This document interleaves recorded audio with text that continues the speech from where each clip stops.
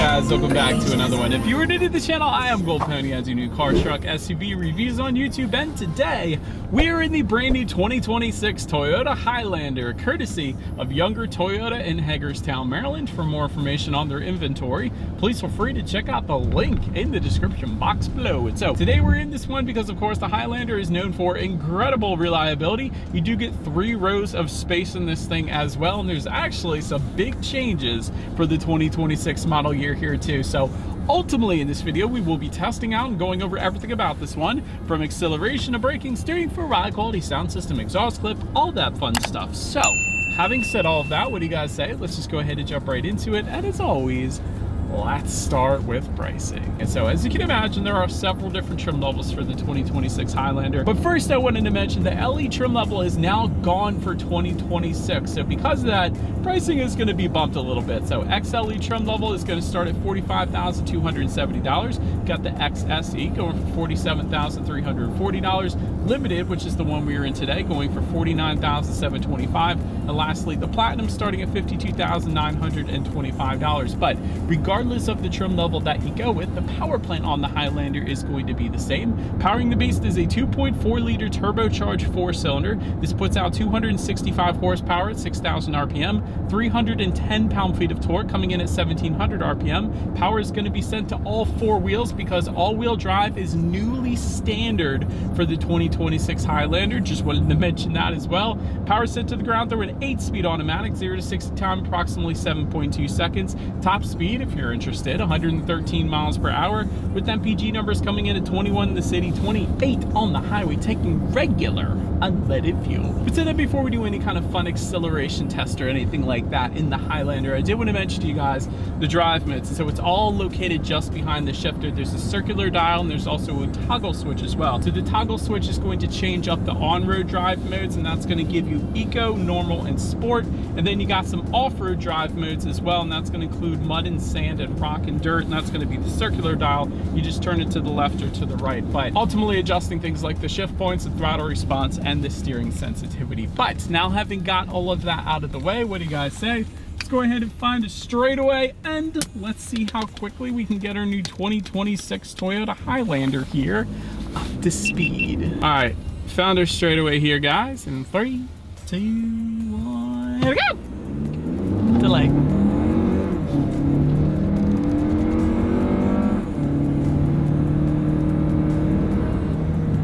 It's okay.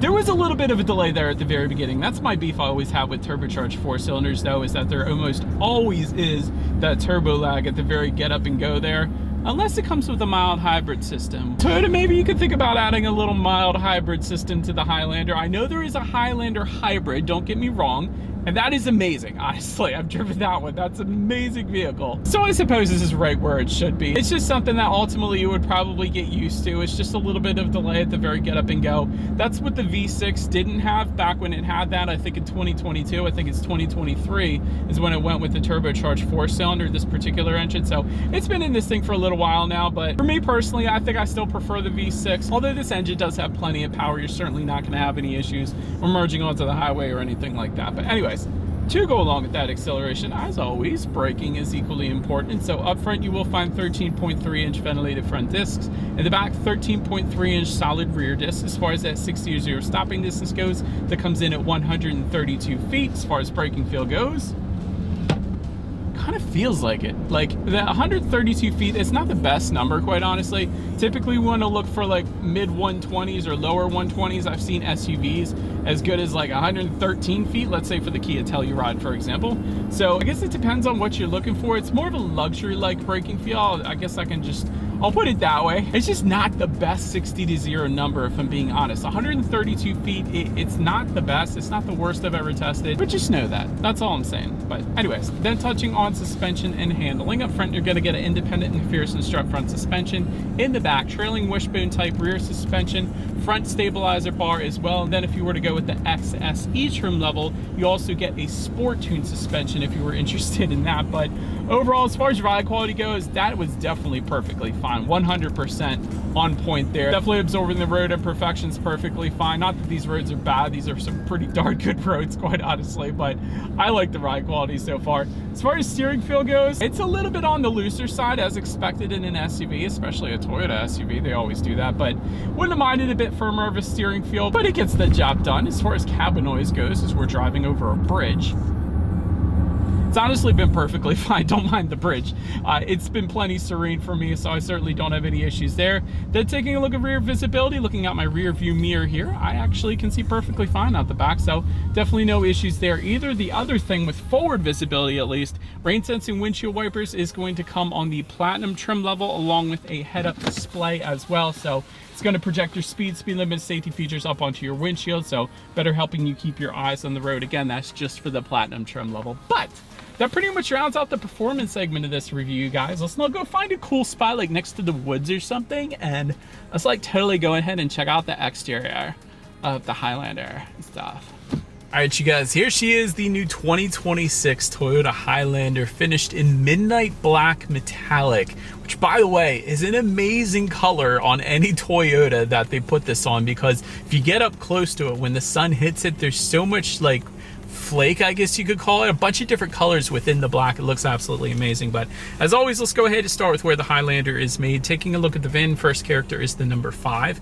indicating that the Toyota Highlander is built and assembled here in the US. But starting up front, you're going to find a black painted front grille coming standard. You're going to get some chrome surrounds to that front grille if you were to go with the limited or platinum trim levels. A little bit of added silver on the lower portion of the front bumper with the platinum then as well. To the sides though, LED projector style front headlights with daytime running lights coming standard, LED fog lights coming standard though as well. And then if you were to go with the limited or the platinum trim levels, they're going to be high output LED fog lights if you wanted a little added illumination there. The other cool thing is with the platinum, you get an adaptive front lighting system, so when you're going around a bend at night, the headlights are going to swivel based on your steering angle, better help illuminating what is around that bend, so you're less likely to hit a deer or Sasquatch or an alien or whatever the case. And then you're going to find, of course, a more aggressive front fascia for the XSE trim level. That's kind of the sportier trim level of the Highlander bunch there. But anyways, let's now go ahead and make our way to the side of this one. Roof rails do come standard. They're either going to be finished in a silver or a gloss black. Rear privacy glass also coming standard. Power adjustable side mirrors with integrated turret signals coming standard. However, for the limited and platinum trims, they're going to be power folding with the reverse gear tilt down feature, and you're actually going to get some puddle lights coming out of them with the Highlander logo for those two trims as well. Then take a look down at the wheel setup. 18-inch machine finished alloys for the XLE, and then 20-inch alloys for all other trim levels varying in design. But let's now go ahead and swing around to the back here. Rear spoiler with an integrated brake light, rear window wiper as well, LED tail lights coming standard back there. Then just below it all, there is a single exhaust outlet. However, with the XSE trim level, you do get dual chrome tips, but that is not what we have with us here today. So either way, I do believe you guys know what we have to do next here. As always, here is that exhaust clip.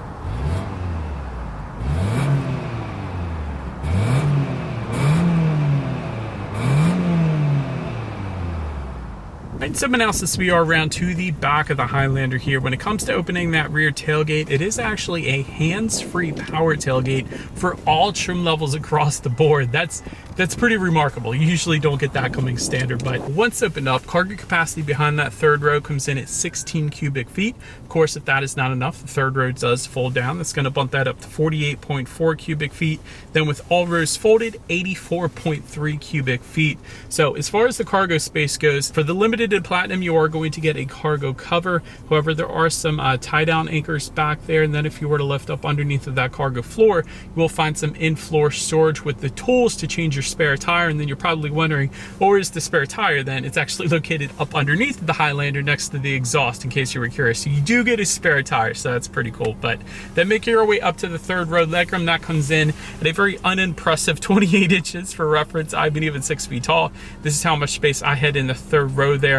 There is rear ventilation for all 3 rows, but just to give you guys a little bit of a reference, my old Ford Mustang GT came in at 29 inches for the rear legroom. So 28 inches, it's almost unusable. A very small child might be able to get back there, but it's not a lot of space, I'll just put it that way. But then making our way up to the second row legroom, that comes in at 38.7 inches. Again, still an even 6 feet tall. This is how much space I had in the second row there. Second row window sunshades, the side window sunshades, that actually comes standard on all trim levels across the board. That's a feature that usually does not come standard for all trim levels. It's like an upper trim level feature. So kind of cool the Highlander gets them for all trim levels.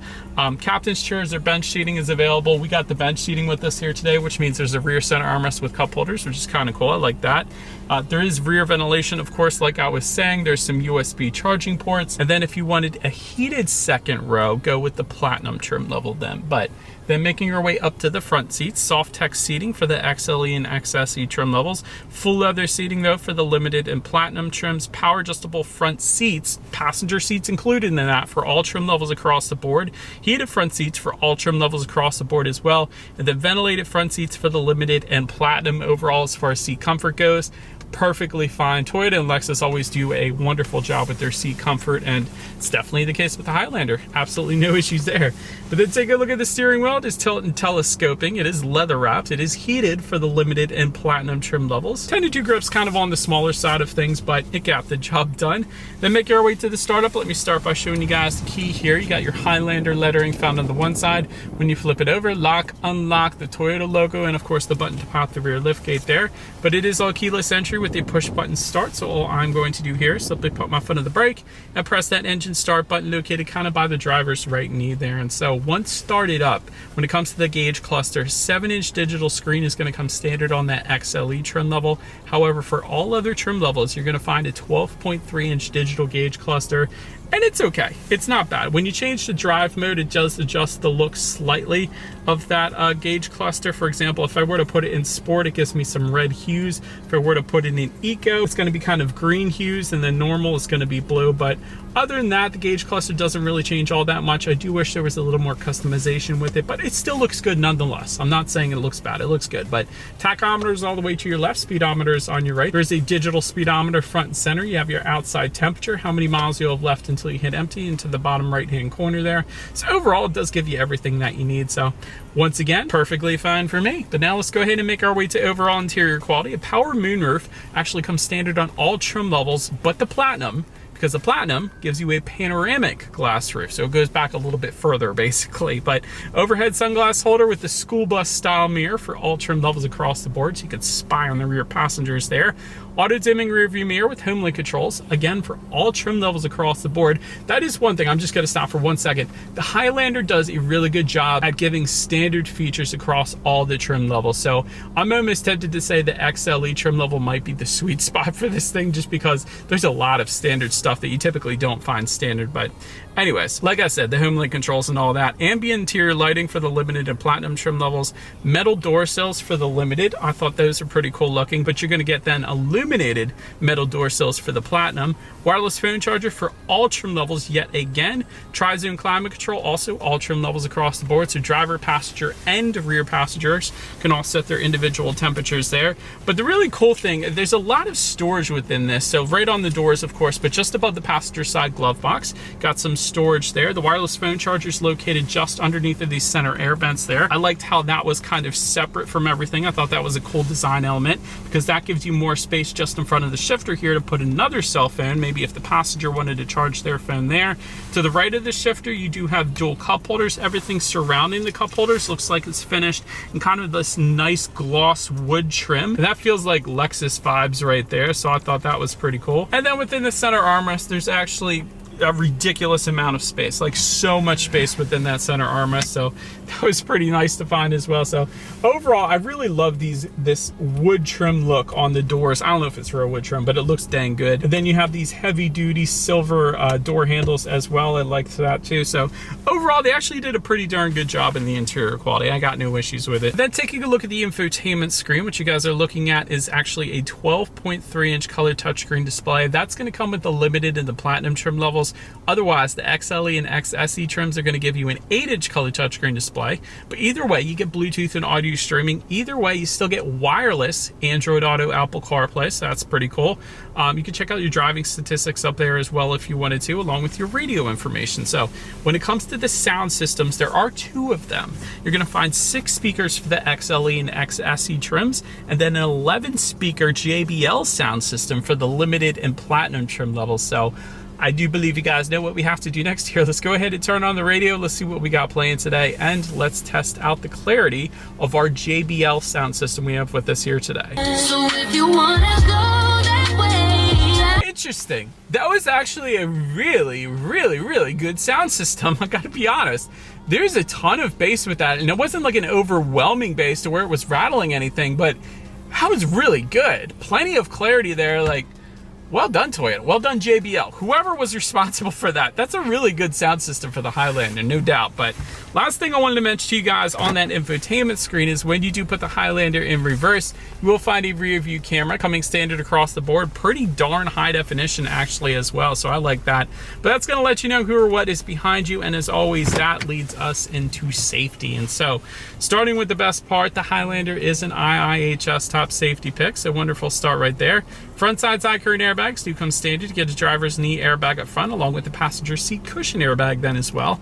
In the back, you got latch, aka lower anchors and tethers for children for the rear car seats, rear child door locks, tire pressure monitoring system, but also coming standard, Toyota Safety Sense 2.5 Plus. That gives you a pre-collision system with pedestrian detection, lane departure alert with steering assist, lane tracing assist, road sign assist, dynamic radar cruise control, and a blind spot monitoring system with rear cross traffic alert as well.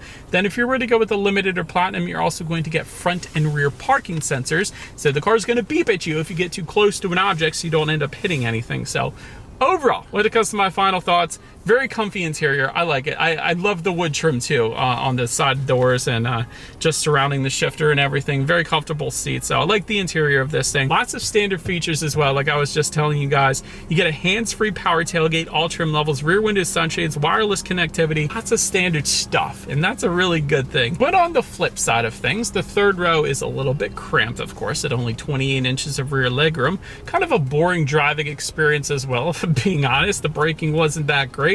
The acceleration had a little bit of delay to the initial get up and go. Nonetheless, it gets the job done. It's just not like Mazda good. I'll just put it that way. And then just general observations to end with here. Toyota, why is the Highlander more expensive than the Grand Highlander, which is larger? I think the Grand Highlander starts at 42. This one starts at 46. So for $4,000 less, you can get nearly 100 cubic feet of cargo space in the Grand Highlander.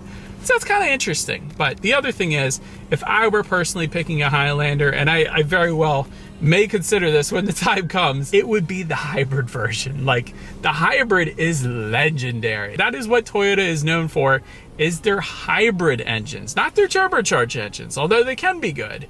Their hybrid engines are the best. So their 4-cylinder hybrid engine for the Highlander is what I would get. I remember reading an article about a man in the Everglades that went over 1 million miles on the original engine, original battery, and specifically the Highlander hybrid. And of course you get 36, 37 miles per gallon, something ridiculous with that setup as well, which is just crazy considering it's all-wheel drive. But anyways, that's what I would get. Let me know what you guys think of the Highlander in the comment section below. That's about it for this one, you guys. Thank you so much for watching. Feel free to follow me on social media stuff at the bottom of the screen there if you wanted to see what's coming next on the channel before it gets to YouTube. Be sure to hit the subscribe and the bell notification button if you're into new car reviews. That is what I've been doing here for 11 years now. I do appreciate you guys watching more than you know, and I will see you guys all in the next video. Stay gold.